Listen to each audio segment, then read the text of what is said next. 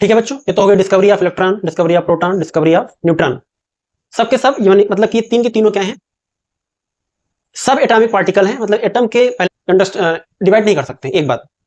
लेकिन बाद में विलियम क्रूक, थॉमसन आए, उन्होंने इलेक्ट्रॉन की खोज करी, गोल्डस्टीन, रदरफोर्ड आए, प्रोटॉन की डिस्कवरी हुई, चैडविक आए और न्यूट्रॉन की डिस्कवरी हुई। तो ये तो पक्का हो गया कि कुछ पार्टिकल्स हैं जो कि एटम के अंदर है।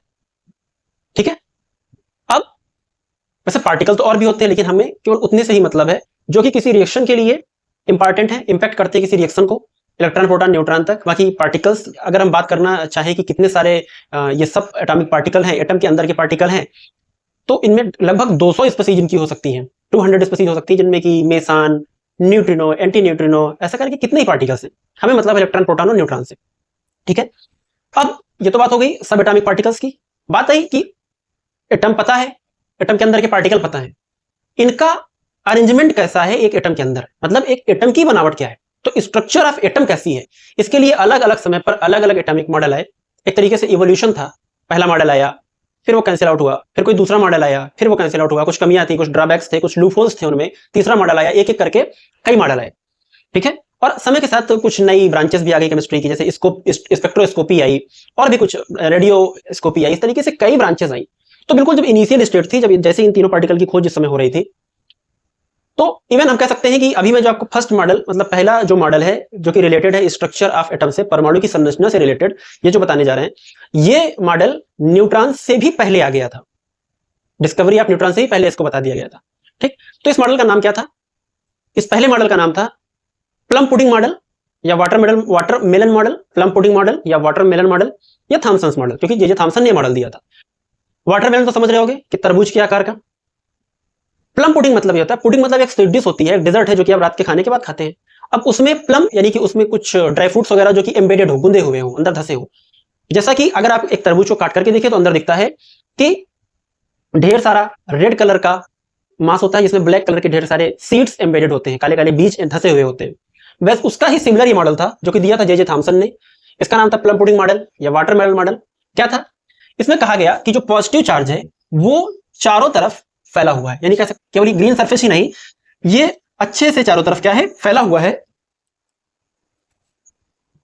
ठीक, ये फैला हुआ है। अगर आपको थोड़ा सा कंफर्टेबल फील कराना है तो चलो रेड कलर का बना देते हैं ये। तो क्या क्या है? ये है सरफेस ऑफ पॉजिटिव चार्ज।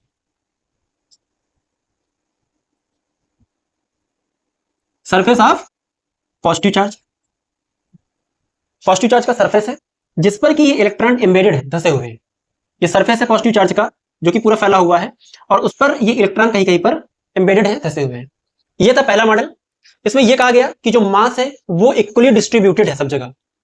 कहा गया कि यूनिफॉर्म पॉजिटिव चार्ज, मतलब सरफेस पर पूरा यूनिफॉर्म पॉजिटिव चार्ज फैला हुआ है, और उस पर निगेटिव चार्ज मतलब कि इलेक्ट्रॉन एम्बेडेड है, धसे हुए हैं कुछ सर्टेन प्लेसेस पर।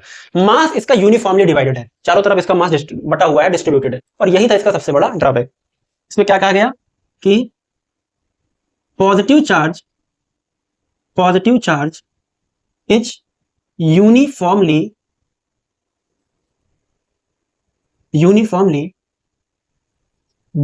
distributed throughout the surface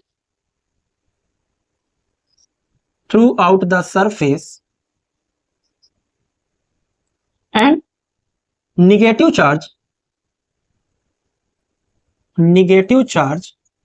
is embedded on it.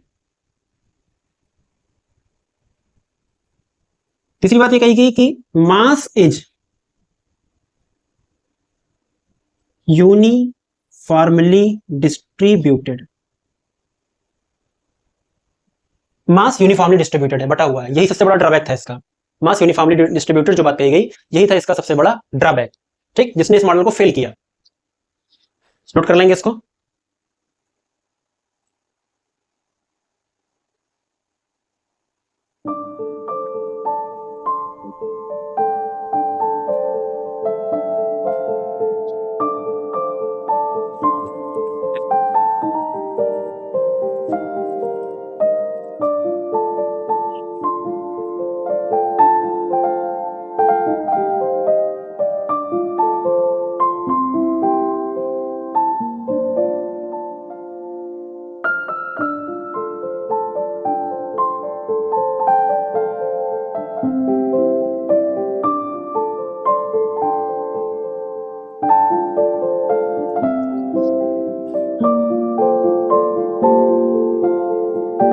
Hello बच्चों, चैप्टर स्ट्रक्चर ऑफ एटम में जो एटॉमिक मॉडल्स थे उनमें सबसे पहला मॉडल था हमारा वाटरमेलन मॉडल या प्लम पुडिंग मॉडल, जिसको कि दिया था जे थॉमसन ने। उसको हम लोगों ने डिटेल में देख लिया क्या था वो मॉडल और क्या थी उस मॉडल की कमियां।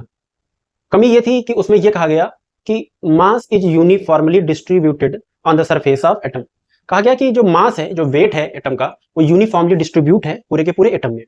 ठीक है, फिर ऐसा था नहीं। क्यों ऐसा था नहीं? क्योंकि इसी समय पर एक चीज हुई। चीज ये हुई कि डिस्कवरी ऑफ न्यूक्लियस हो गई। डिस्कवरी ऑफ न्यूक्लियस किया किसने? रदरफोर्ड ने। ठीक, क्या किया उन्होंने? एक पूरा प्रॉपर सेटअप बनाया और उस सेटअप में उन्होंने कुछ चीजें ऑब्जर्व करी। उन ऑब्जर्वेशन के बेसिस पर, उनके आधार पर डिस्कवरी हुई न्यूक्लियस की। साथ के साथ ये भी हुआ कि जो जे थॉमसन का मॉडल था वो गलत था। कैसा था उनका एक्सपेरिमेंट? यहां देख सकते हैं, सेटअप बना हुआ है। एक स्क्रीन लगाई उन्होंने। स्क्रीन में सबसे सेंटर पे रखा गोल्ड फॉइल। गोल्ड फॉइल और यहां पर क्या था? Source of alpha particle. कोई हो सकता है रेडियो एक्टिव नेचर का मेटल। अल्फा पार्टिकल्स क्या है बता चुके हैं कि अगर हीलियम अपने इलेक्ट्रॉन डोनेट कर दे तो उस पर क्या बनता है? Partially doubly ionized helium. क्या है बेटा?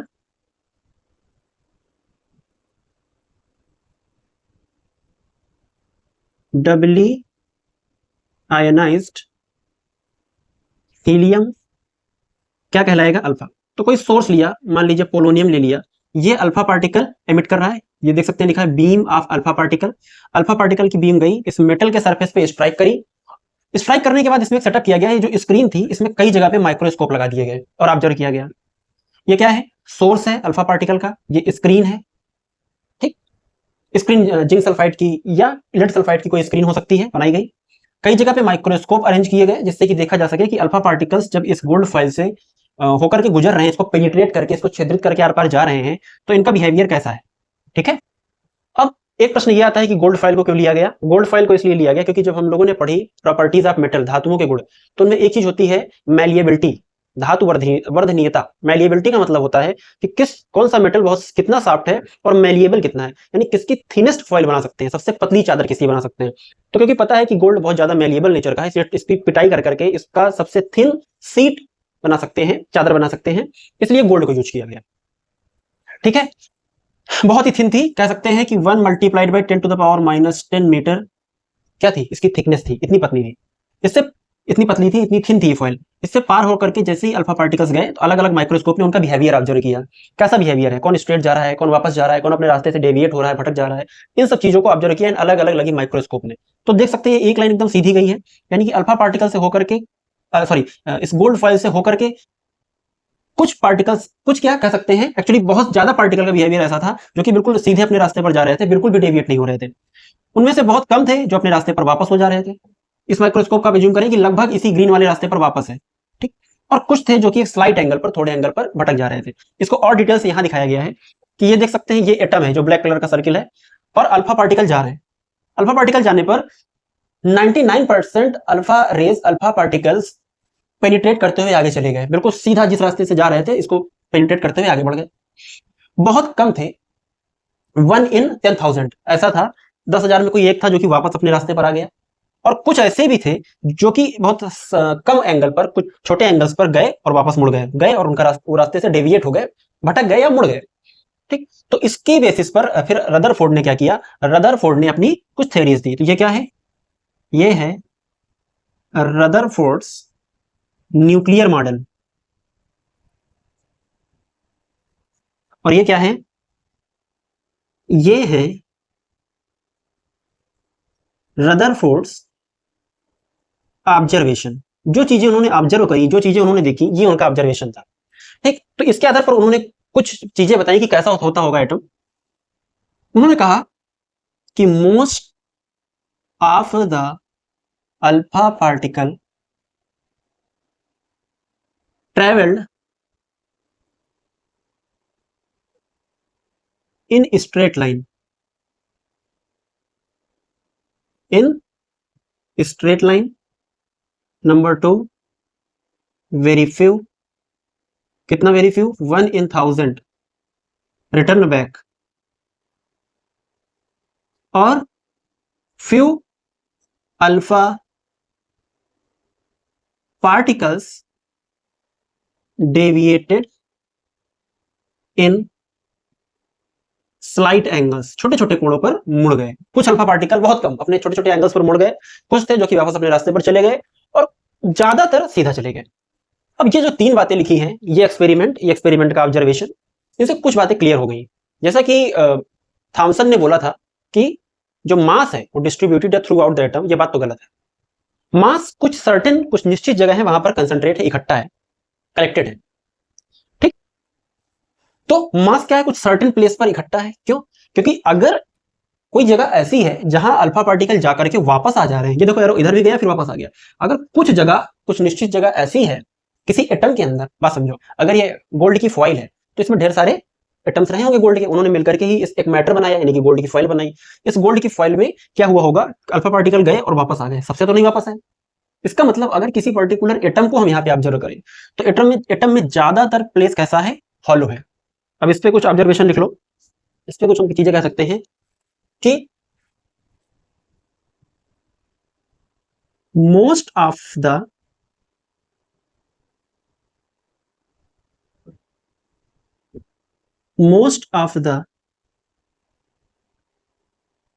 Space in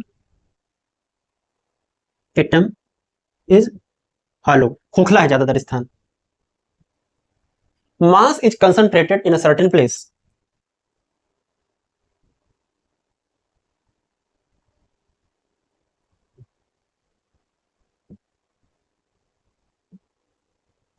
and that certain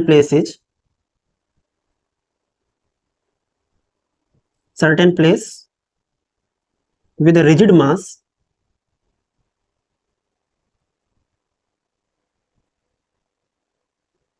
is nucleus. बात समझना, अल्फा पार्टिकल का बिहेवियर होता है पॉजिटिव, बात समझ रहे हैं। हीलियम का अगर हम न्यूक्लियस कह रहे हैं तो न्यूक्लियस का मतलब हीलियम जब अपने इलेक्ट्रॉन्स डोनेट कर दे तब हीलियम में जो बचा, क्या बचा, केवल पॉजिटिव चार्ज बचा। तो अल्फा पार्टिकल का बिहेवियर पॉजिटिव होता है, बीटा पार्टिकल या बीटा रे अगर कोई कहे तो उनका बिहेवियर नेगेटिव होता है, और अगर गामा कहे तो न्यूट्रल होता है। तो अल्फा पार्टिकल मतलब पॉजिटिव रेज, अगर कोई पॉजिटिव रे हम भेज रहे हैं और कोई उसको रिफ्लेक्ट कर दे रहा है, मतलब पक्का वो चीज भी कैसी है, पॉजिटिव इन बिहेवियर है। पॉजिटिव रेज गई, पॉजिटिव रेज वापस आ गई। मतलब अगर कोई पॉजिटिव रेज जा रही है और उनको कोई रिफ्लेक्ट कर रहा है, हमको पता है same charge reflect each other, repel each other, एक जैसे चार्ज एक दूसरे को प्रतिकर्षित करते हैं, आकर्षित नहीं करते। तो अगर पॉजिटिव रे भेजा तो कोई वो जो जगह है, जो सर्टेन प्लेस है, जो कि ठोस है, रिजिड है, वो पक्का वो भी कैसा है, पॉजिटिव है। यानी कि पूरा का पूरा जो पॉजिटिव चार्ज है वो उसी सर्टेन रिजिड यानी कि ठोस जगह पर कंसंट्रेटेड है। यानी हम कह सकते हैं कि ये जो रिजिड जगह है जो कि वापस भेज दे रही है, ये न्यूक्लियस है। एक बात तो, पहली बात तो ये क्या है, न्यूक्लियस है। दूसरी बात रिजिड है, रिजिड का मतलब यहां पर है पूरा का पूरा मास, ठीक। और मास के साथ एक बात और कि यहीं पर है पूरे के पूरे कौन, protons. Protons means positive particles, ठीक है, पॉजिटिव पार्टिकल्स। ठीक, इतनी बात समझ में आई। तो ये थी डिस्कवरी ऑफ न्यूक्लियस। न्यूक्लियस की खोज की किसने, रदरफोर्ड ने। एक प्रॉपर सेटअप बनाया, उससे कुछ ऑब्जर्वेशन और उनसे कुछ रिजल्ट्स। ठीक, ये ऑब्जर्वेशन और इनसे कुछ रिजल्ट, इतना नोट कर लें।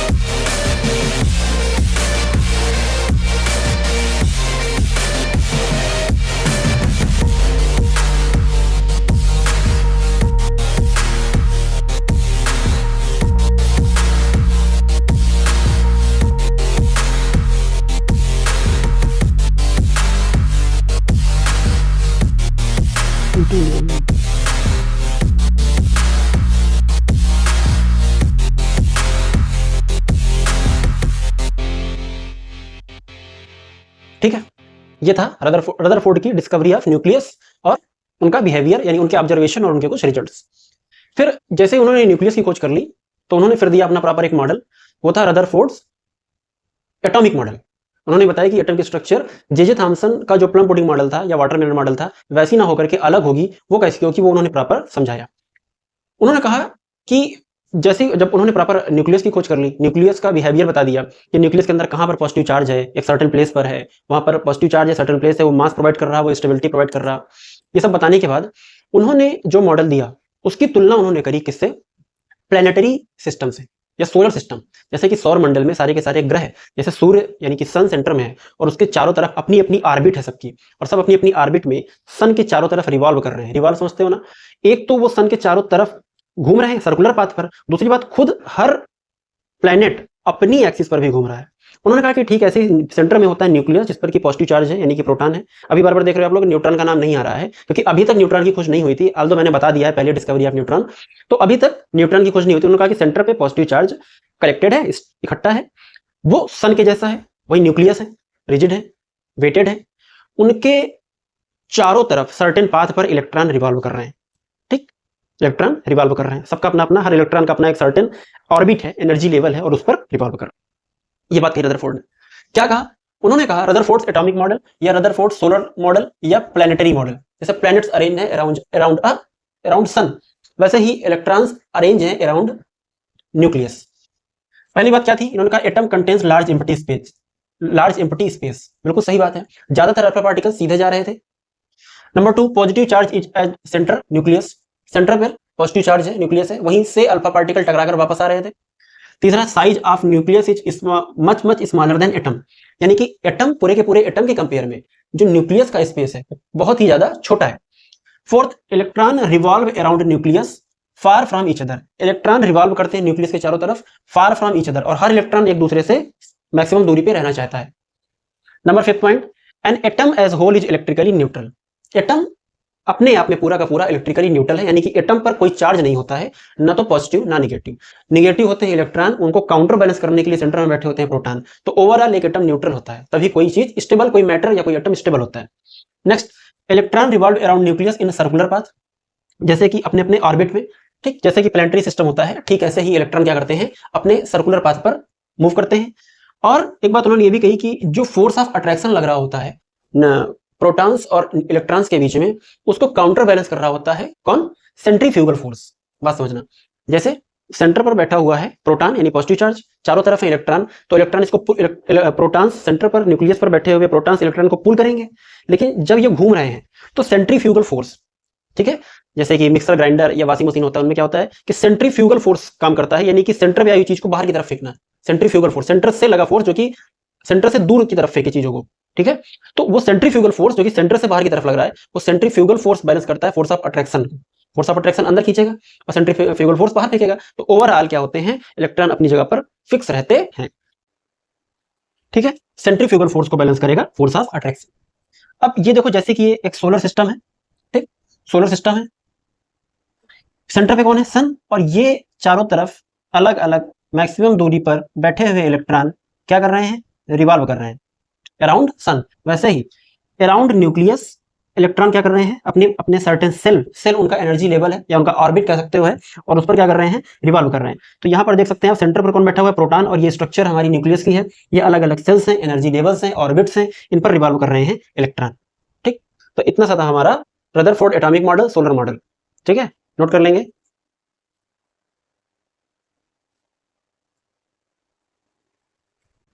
देखें, सबसे बड़ा ड्रॉबैक था, क्या था इस मॉडल का? ड्रॉबैक ऑफ रदरफोर्ड्स मॉडल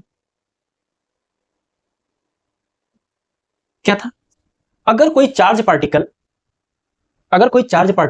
बिना किसी तरीके की, आप कह रहे हैं कि ये इसके चारों तरफ अराउंड कर रहा है अपने सर्टेन ऑर्बिटल में, जैसा कि रदरफोर्ड ने कहा, लेकिन एक बात सीधी सी है कि कोई पार्टिकल अगर रेगुलरली किसी मूवमेंट में है, तो जो क्लासिकल लॉ है, जो मुख्य रूप से जो नियम है मैकेनिक्स के और इलेक्ट्रोडायनामिक्स के, यानी कि फिजिक्स की ब्रांच है मैकेनिक्स और इलेक्ट्रोडायनामिक्स, ये कहती है कि अगर कोई पार्टिकल रेगुलरली मोशन कर रहा है, मूवमेंट कर रहा है, वो रिवॉल्व हो रहा है, वो सर्कुलर पाथ पर मूवमेंट कर रहा है, तो inevitably it radiate some energy, वो रेगुलर कुछ ना कुछ अमाउंट में अपनी एनर्जी रेडिएट करता रहेगा, बाहर निकालता रहेगा या खोता रहेगा।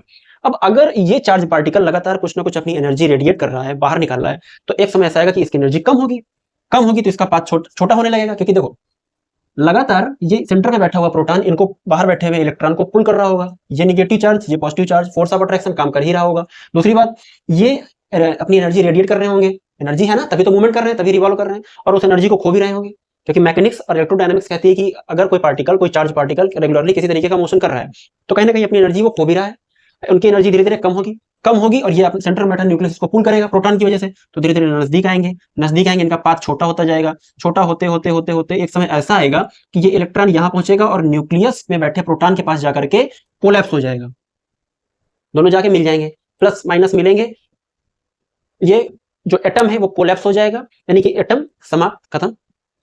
अगर ऐसा होता तो दुनिया में कोई मैटर होता ही ना, किसी तरीके का कोई भी स्टेट में कोई मैटर, कोई पदार्थ, कोई सब्सटेंस सर्वाइव ही ना करता, होता ही नहीं। अगर हम लोग अपने आसपास जितनी भी चीजें देख रहे हैं, जो चीजें एग्जिस्ट कर रही हैं, वो कोई गैस हो, वो कोई एमॉर्फस सॉलिड हो, वो कोई लिक्विड हो, वाटर हो, कुछ भी हो, सब चीजें हैं तो अपनी स्टेबल स्टेट में, मतलब वो इलेक्ट्रिकली न्यूट्रल है। अगर वो एग्जिस्ट कर रही हैं, अगर वो हैं, मतलब ये मॉडल पूरी तरीके से क्या है, गलत है। ठीक, इतनी बात समझ में आई। मैकेनिक्स और इलेक्ट्रोडायनामिक्स के लॉ ये कहते हैं कि अगर कोई चार्ज पार्टिकल रेगुलर मूवमेंट में है तो कुछ ना कुछ एनर्जी एमिट करेगा, रेडिएट करेगा, और उसकी वजह से उसकी एनर्जी कम होती जाएगी, एनर्जी खोता जाएगा, सेंटर में बैठा न्यूक्लियस पुल करेगा प्रोटॉन की वजह से, opposite charge attract each other, अलग अलग चार्ज, अलग अलग आवेश एक दूसरे को आकर्षित करते हैं, और अंत में जाकर के ये इलेक्ट्रॉन न्यूक्लियस में गिर जाएगा, एटम कोलैप्स कर जाएगा और एटम खत्म हो जाएगा। तो ये मॉडल यहाँ पर हो गया इनका फेल। अब अगला मॉडल जब आएगा वो आएगा बोहर्स का मॉडल, और उसको हम लोग देखेंगे। ठीक,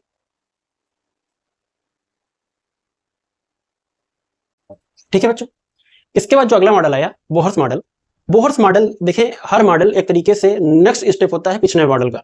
ठीक है, जब रदरफोर्ड ने बताया कि इलेक्ट्रॉन मूव करते रहते हैं अपने ऑर्बिट्स में, तो उन्होंने ऑर्बिट्स में मूवमेंट की बात तो कही, बाद में स्टेबिलिटी एक फैक्टर था, स्थायित्व एक फैक्टर था, जिसकी वजह से उनका मॉडल पूरी तरीके से डिस्कार्ड हो गया। नील बोर ने क्या कहा, नील बोर ने कहा कि हाँ, इलेक्ट्रॉन एनर्जी लेवल या ऑर्बिट्स में मूवमेंट करते हैं, लेकिन ऐसा नहीं हो सकता कि इलेक्ट्रॉन मूवमेंट करते करते एक बार जाके सेंटर में गिर पड़े ना। हर इलेक्ट्रॉन का अपना एक सर्टेन एनर्जी लेवल है, वही उसका सेल है, और इलेक्ट्रॉन उसी एनर्जी लेवल में मूवमेंट करेगा। ठीक है, हाँ, यह जरूर हो सकता है कि अगर उस इलेक्ट्रॉन को किसी एक्सटर्नल सोर्स से एनर्जी मिल जाए तो वो अपने एनर्जी से जंप करके किसी हायर एनर्जी लेवल में जा सकता है। ठीक, और वापस से उससे वो एनर्जी वापस छीन ली जाए तो फिर से अपने एनर्जी लेवल पर वापस आ जाएगा। ये बात कही उन्होंने। क्या कहा, बोहर्स एटॉमिक मॉडल, इन्होंने कहा, ये थे इन्होंने 1930 में नील बोर नाम से, नील बोर इनका पूरा नाम था, इन्होंने कहा कि इलेक्ट्रॉन एटम की जो स्ट्रक्चर है कुछ ऐसी होती है, electron revolve in certain energy level called shell, electron अपने सर्टेन एनर्जी लेवल पर रिवॉल्व करते हैं जिनको कहते हैं सेल। यानी कि यहाँ पे न्यूक्लियस बैठा हुआ है, ये कौन है, न्यूक्लियस, इसके अराउंड मूवमेंट करेंगे, आप रिवॉल्विंग मूवमेंट करेंगे और अपने सर्टेन एनर्जी लेवल पर ही मूवमेंट करेंगे। While revolving in orbit, it does not lose or gain energy. किसी तरीके की एनर्जी ना तो लूज करेंगे ना तो गेन करेंगे। उनकी एक सर्टेन डिस्टेंस है न्यूक्लियस से हर इलेक्ट्रॉन की, और अपना सबका एक एक ऊर्जा स्तर है, एनर्जी लेवल है, जो कि उसका सेल है, और उसी सेल में मूवमेंट करेगा इलेक्ट्रॉन। नेक्स्ट इन्होंने कहा, after gaining energy electron jump to the higher energy level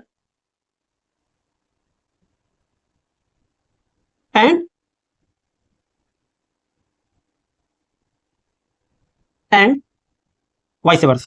मतलब अगर इलेक्ट्रॉन को एनर्जी आप दे दे तो अपने से हायर एनर्जी लेवल पे चला जाएगा, और वही एनर्जी इलेक्ट्रॉन अगर उससे वापस छीन ली जाए तो फिर से वापस अपने एनर्जी लेवल पर आ जाएगा। ये था बोहर के एटॉमिक मॉडल की स्ट्रक्चर। कैसी थी, ये सेंटर में हमारा न्यूक्लियस है जहां पर प्रोटॉन बैठा हुआ है, अभी भी न्यूट्रॉन की डिस्कवरी नहीं हुई है। ठीक, यहां पर बैठा हुआ है प्रोटॉन जो कि पॉजिटिव चार्ज है, बाकी सब बातें रदरफोर्ड की सही, न्यूक्लियस के स्ट्रक्चर सही, सब कुछ सेम। उनका केवल एक जो स्टेबिलिटी वाला फैक्टर आ गया था, वो स्टेबिलिटी नहीं बता पाए थे कि एटम स्टेबल क्यों है, बचा क्यों रह जाता है। तो वो बात इन्होंने क्लियर कर दी कि भाई देखो, ये बीच में सेंटर में न्यूक्लियस है जिस पर प्रोटॉन है, हर इलेक्ट्रॉन अपने एक सर्टेन एनर्जी लेवल में मूवमेंट करता रहेगा।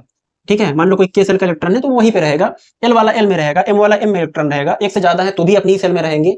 हाँ, ये हो सकता है कि के वाला अगर उसको ज्यादा एनर्जी मिल जाए तो वो एल के पास चला जाए जंप करके, फिर वापस उससे एनर्जी छीन ली जाए तो फिर से अपनी सेल में वापस आ जाए। और इन सेल्स को एक नाम दिया गया, न्यूक्लियस के नजदीक जो सबसे पहली सेल थी वो के, उसके बाद एल, फिर एम, फिर एन, ओ, पी, ऐसे करके लगातार।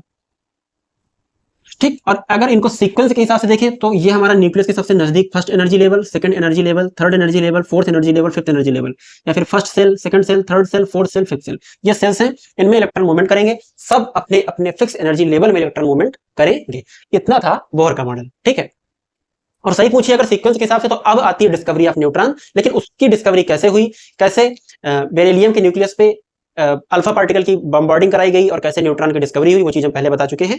तो यहां तक था, इतना नोट कर लें आप।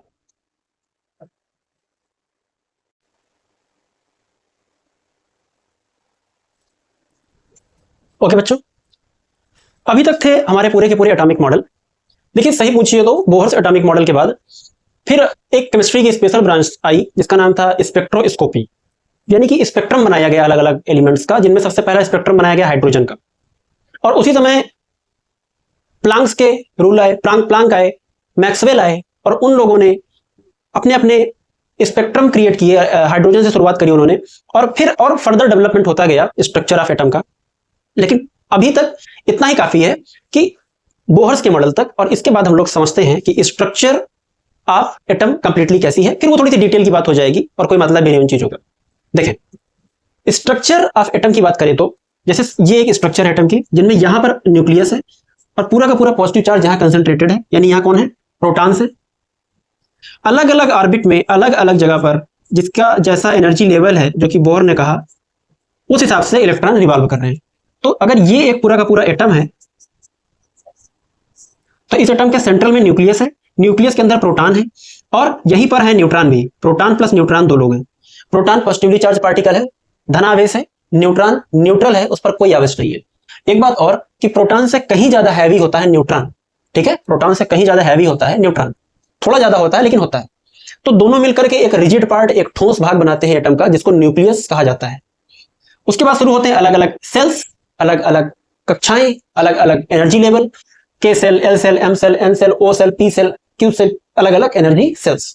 और वहां पर इलेक्ट्रॉन डिस्ट्रीब्यूट होते हैं अपनी एनर्जी के हिसाब से, वो रिवॉल्व करते रहते हैं, घूमते रहते हैं। बाई चांस किसी को थोड़ा सा एक्सटर्नल फैक्टर से अगर एनर्जी मिल गई तो इलेक्ट्रॉन एक्साइट हो जाते हैं, अपने एनर्जी लेवल से थोड़ा हायर एनर्जी लेवल में चले जाते हैं, फिर उनसे वो एनर्जी वापस छीन ली गई, फिर वापस आ गए, है ना। जैसे कोई अगर मेटल के सरफेस पर अगर सपोज करें लाइट पड़ रही है तो चमकता है, क्यों, क्योंकि लाइट का जो सोर्स है उससे फोटॉन्स आ रहे हैं, मेटल के सरफेस पर स्ट्राइक करते हैं, स्ट्राइक करने के बाद उस चीज को इल्यूमिनेट करते हैं, चमक पैदा कर देते हैं। ठीक है, और वापस से जब वो लाइट का सोर्स हटा लिया जाता है तो फिर फिर कोई चमक नहीं, मतलब एनर्जी मिली थी तो फोटॉन्स के फॉर्म में एनर्जी आई, इलेक्ट्रॉन्स एक्साइट हुए, हायर एनर्जी लेवल पर गए, जब सोर्स छीन लिया गया तो वापस शांत, फिर कोई चमक नहीं, है ना। तो एक्सटर्नल सोर्स से अगर एनर्जी मिलती है तो कुछ समय के लिए इलेक्ट्रॉन एक्साइट होकर के हायर एनर्जी लेवल पर जाते हैं, फिर वैसा वो सोर्स हटते ही वापस।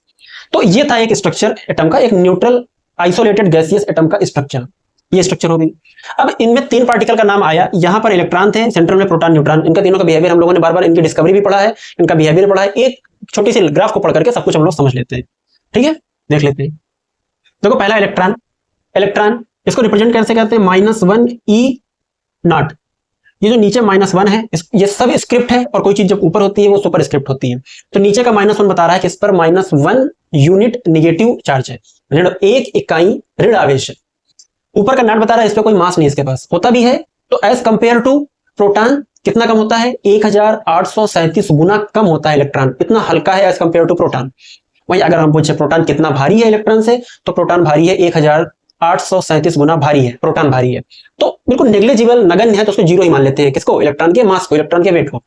दूसरा आता है प्रोटॉन 1H1, एक आवेश, इसका एक धन आवेश इस पर चार्ज है और एक इसका मास है। अगर प्रोटॉन का मास अगर हमने 1 मान लिया तो उसका प्रोटॉन के मास का 1837वां भाग है इलेक्ट्रॉन के पास, इतना छोटा इलेक्ट्रॉन, इतना हल्का इलेक्ट्रॉन। न्यूट्रॉन पर 1 होता है, थोड़ा सा इक्वली रखते हैं। वैसे प्रोटॉन न्यूट्रॉन में अगर देखा जाए तो न्यूट्रॉन ज्यादा हैवी है। तीसरा आता है न्यूट्रॉन 0N1, यानी कि इस पर कोई चार्ज नहीं है लेकिन मास 1 यूनिट है, चार्ज कुछ भी नहीं है, मास 1 है। ठीक, ये मास, ये चार्ज, ये सिंबल, ठीक, ये चार्ज, ये मास। ठीक, इलेक्ट्रॉन पर चार्ज कितना, -1.6 मल्टीप्लाई बाय 10⁻⁻19 कूलम। प्रोटॉन पर कितना charge, +1.6 multiply by 10⁻⁻19 coulomb. Neutron पर कोई चार्ज नहीं, न्यूट्रल। इलेक्ट्रॉन पर मास कितना, 9.1 multiply by 10⁻31 kg, 9.1 × 10⁻31 kg। Proton पर 1.6 × 10⁻10 है ना 27, 1.6 multiplied by 10 to the power -27 kg, neutron पर 1.6 multiplied by 10 to the power -24 kg। ये था तीनों सब एटॉमिक पार्टिकल पर चार्ज और मास। हर जितने भी सब एटॉमिक पार्टिकल हैं, एक एटम के अंदर के जो पार्टिकल हैं, यानी कि तीनों important particle electron, proton, neutron, उन पर चार्ज, उन पर मास। ये एक स्ट्रक्चर है एक एटम की। अब खेल शुरू होता है आगे का, यानी कि एटम के बाद उनका एटॉमिक नंबर। अब देखना, एटॉमिक नंबर को रिप्रेजेंट करते हैं कैपिटल Z से और एटॉमिक मास को रिप्रेजेंट करते हैं कैपिटल A से। एक्चुअली एटॉमिक नंबर कैसे डिसाइड किया जाता है? ये बराबर होता है किसके? नंबर ऑफ प्रोटॉन के। जितने प्रोटॉन होंगे उतना ही एटॉमिक नंबर डिक्टेट किया जाएगा उस पर्टिकुलर एटम को, ठीक। लेकिन अब हमको एक बात तो पता ही है कि कोई एटम है, ओवरऑल तो वो न्यूट्रल होता है, यानी उस पर जितना धन आवेश है उतना ही ऋण आवेश होता है, जितना पॉजिटिव चार्ज है उतना ही नेगेटिव चार्ज है। तो इस नंबर ऑफ प्रोटॉन को बैलेंस करने के लिए बाय डिफॉल्ट ऐसा हो जाता है कि ये बराबर हो जाता है किसके? नंबर ऑफ इलेक्ट्रॉन के। यानी जितने प्रोटॉन होते हैं उतने ही इलेक्ट्रॉन होते हैं। क्यों? टू प्रोवाइड अ स्टेबल और न्यूट्रल स्ट्रक्चर। एटम को एक स्टेबल यानी स्थिर और न्यूट्रल यानी बिना किसी आवेश की स्ट्रक्चर प्रोवाइड करने के लिए जितने नंबर ऑफ प्रोटॉन होंगे किसी में उतने इलेक्ट्रॉन होंगे और उतना ही उसका एटॉमिक नंबर उसको दिया जाता है, ठीक। यानी कि हम कह सकते हैं Z equal to proton and proton equal to electron, ठीक है। Next, mass number. Mass number क्या होता है बेटा? मास नंबर होता है sum of nucleons, sum of nucleons. Nucleons यानी जो न्यूक्लियस के अंदर है, और न्यूक्लियस के अंदर है कौन? न्यूक्लियस के अंदर है प्रोटॉन प्लस न्यूट्रॉन, यानी कि प्रोटॉन और न्यूट्रॉन की संख्या का अगर सम कर दे, प्रोटॉन और न्यूट्रॉन को अगर जोड़ दे तो हमें मिल जाएगा मास नंबर या एटॉमिक मास, ठीक। इतनी बात हो गई, इतनी बात हो गई। अब अगर देखो बेटा ऐसा करके लिखा हुआ है 17Cl35, यानी कि ये लिखा हुआ है कि इस क्लोरीन, ये तो क्लोरीन है, नीचे वाले को बोलते हैं सबस्क्रिप्ट और ऊपर लिखे हुए को बोलते हैं सुपरस्क्रिप्ट। यानी कि 17 इसका क्या है? Z है, यानी कि Z इक्वल टू 17, यानी कि 17 क्या है? प्रोटॉन, यानी कि इतने ही क्या होंगे? इलेक्ट्रॉन। उसके बाद बेटा देखो इसका मास कितना है? 35, यानी कैपिटल A यानी atomic mass is equal to 35। ये क्या क्या होता है? Number of proton plus neutron. अब थोड़ा सा कैलकुलेशन वाला दिमाग लगाना है। इस क्लोरीन के पास, ये जो बना हुआ है क्लोरीन, ये जो बना हुआ है क्लोरीन, इसके पास है 17 प्रोटॉन 17 इलेक्ट्रॉन। दोनों दो चीज तो पता हो गई, तीसरा सब एटॉमिक पार्टिकल बचा न्यूट्रॉन, उसको पता करना है। कैसे करेंगे? ये जो 35 है बराबर है sum of proton plus neutron के, यानी हम कह सकते हैं प्रोटॉन का नंबर कितना है? 17 रख दो, न्यूट्रॉन पता नहीं, दोनों जुड़कर के कितना होंगे? 35 दे रखा है। न्यूट्रॉन को यहीं रोक लो, 35 को यहीं रहने दो, 17 को उधर भेजो, निगेटिव में जाएगा, यानी कितना आ गया? 18, ठीक। 8 7 15, ठीक है। यानी कि हम कह सकते हैं कि इलेक्ट्रॉन है 17, प्रोटॉन है 17 और न्यूट्रॉन है 18। किसके अंदर? क्लोरीन के अंदर, ठीक है, इस क्लोरीन के एटम के अंदर, ठीक। अब अगर बात करो कि ये इसकी स्ट्रक्चर कैसी बनी रही होगी, है ना, तो यही से शुरू हो जाता है बेटा डिस्ट्रीब्यूशन ऑफ इलेक्ट्रॉन। यानी इलेक्ट्रॉन को डिस्ट्रीब्यूट कैसे करोगे? अलग अलग एनर्जी लेवल, जिनकी अभी बोर बात कर रहे थे, ठीक। यानी कि कन्फिगरेशन, वैलेंसी और स्ट्रक्चर। बनाते हैं अपना क्लोरीन 17Cl35। अच्छा, कितने इलेक्ट्रॉन है इसके पास? 17Cl35 के अंदर इलेक्ट्रॉन कितने हैं? 17, यानी कि टोटल इसके पास 17 इलेक्ट्रॉन है, यानी 17 प्रोटॉन है। एक बात याद रखना कि एटॉमिक नंबर बराबर होता है, यानी कि परमाणु क्रमांक बराबर होता है किसके? नंबर ऑफ प्रोटॉन के। लेकिन जब हम डिस्ट्रीब्यूशन ऑफ करते हैं तो डिस्ट्रीब्यूशन हम इलेक्ट्रॉन्स का करते हैं कि सेंटर पे तो प्रोटॉन बैठे हुए 17, याद रखना कैसे, ये सेंटर, इस पे बैठे हुए 17 प्रोटॉन और न्यूट्रॉन कितने हैं? 18 न्यूट्रॉन, है ना। न्यूक्लियस पे दोनों होते हैं ना, प्रोटॉन न्यूट्रॉन, तो 17 प्रोटॉन 18 न्यूट्रॉन। तो फिर इसके पास कितनी सेल हैं और उन सेल्स में इलेक्ट्रॉन कितने हैं और कैसे हैं? अभी हमको पता नहीं कितनी सेल है, ऐसे ही मैं एक आइडिया से 2 बना ले रहे हैं। अभी पता करते हैं कितनी, ठीक, पता करते हैं कितनी। उसके पहले आगे बोहर सेल, थोड़ा सा हमें ध्यान देना पड़ेगा कि बोहर सेल क्या होते हैं और बोहर सेल कैसे बताते हैं किसके पास कितना इलेक्ट्रॉन होगा, ठीक है, कितना इलेक्ट्रॉन किसके पास होगा। देखो देखो बेटा, ये न्यूक्लियस, इसके बाद ये पहला एनर्जी लेवल, ये दूसरा, ये तीसरा, यानी कि ये पहला, ये दूसरा, ये तीसरा। मान लो चौथा रहा हो तो ये चौथा, KLMN, first energy level, second energy level, third energy level, fourth energy level. Bohr shell जो थी उनके लिए उन्होंने बोहर्स फार्मूला दिया था। क्या था? उस फार्मूले का नाम था 2n square rule. 2n square rule. उन्होंने कहा था कि नंबर यानी जो सीक्वेंस हो, जो क्रमांक हो एनर्जी लेवल का, वो रख दो इस n की जगह, और तुरंत पता चल जाएगा कि k के पास कितने इलेक्ट्रॉन होंगे, l के पास कितने होंगे, m के पास कितने होंगे और n के पास। k नंबर 1 होता है, L2, M3, N4, ये अलग अलग एनर्जी लेवल से। ठीक, k number 1, L number 2, M number 3, N number 4। अब रखते इसी फार्मूले पर 2n की जगह 1 स्क्वायर, 1 का स्क्वायर तो 1 ही होगा, यानी 2 1 2, यानी इन पे केवल 2 इलेक्ट्रॉन आ सकते हैं।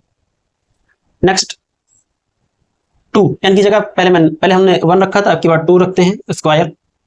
2 का स्क्वायर 4, 4 2 जा 8, यानी इनके पास 8 इलेक्ट्रॉन। ठीक, 2n स्क्वायर, अब की बार 3 रखते हैं, 1 रख चुके, 2 रख चुके, 3 3 जा 9, 9 2 जा 18, यानी कि यहाँ पे 18 इलेक्ट्रॉन। नेक्स्ट रखते हैं 4, 2 इन ब्रैकेट 4 स्क्वायर, 4 4 जा 16 मल्टीप्लाइड बाई 2, 16 2 जा 32, यानी कि 32 32 इलेक्ट्रॉन। इसके बाद पांचवा आ जाए तो उसको भी रख दो, कोई डरने की बात नहीं, लगातार आप रखते चले जाइए, जैसे जैसे एनर्जी लेवल आते जाए वैसे वैसे वैल्यू पुट करते जाइए, आपको पता चल जाएगा। तो हमें पता चला कि जब पहली सेल में इलेक्ट्रॉन किसी के जाते हैं तो मैक्सिमम 2 इलेक्ट्रॉन जा सकते हैं। ये पता है क्या? ये हैं मैक्सिमम नंबर ऑफ इलेक्ट्रॉन। कहां? इन दैट पर्टिकुलर सेल, उस पर्टिकुलर सेल में कितने मैक्सिमम इलेक्ट्रॉन होंगे। अब इसी का यूज करके हम पता करते हैं कि अगर 17 इलेक्ट्रॉन रहे होंगे और इन अलग अलग एनर्जी लेवल्स में गए होंगे तो कितने कितने गए होंगे, कितने सेल होंगे इसके पास, इलेक्ट्रॉन कैसे डिस्ट्रीब्यूट होंगे। ठीक है, ठीक है, करते हैं इनका इलेक्ट्रॉनिक कॉन्फ़िगरेशन। तो 17 को हमको डिस्ट्रीब्यूट करना है। 17 को सबसे पहले गए होंगे के में, फिर एल में, फिर एम में, फिर एन में। 17 इलेक्ट्रॉन है, के पास कितने जा सकते हैं? के पास मैक्सिमम 2 इलेक्ट्रॉन जा सकते हैं, बात खत्म। अभी कितने बचे? 17 में 2 चले गए के पास।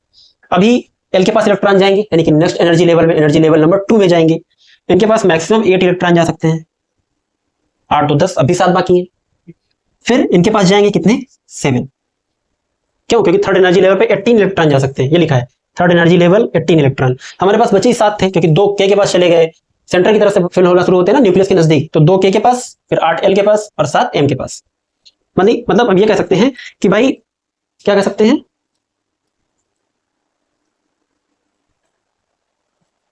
हम ये कह सकते हैं कि 3 सेल लगे क्लोरीन के पूरे 17 इलेक्ट्रॉन डिस्ट्रीब्यूट होने में। यानी कि पहली सेल के पास 2 गए होंगे, एक यहां एक यहां, दूसरे के पास 8 गए होंगे, सॉरी,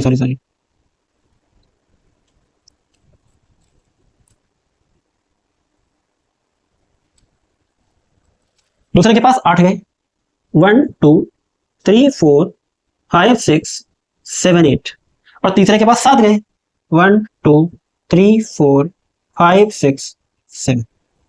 यह है हमारा क्लोरीन का न्यूट्रल आइसोलेटेड गैसीय सिस्टम। किसका? क्लोरीन का। ठीक है, ठीक है।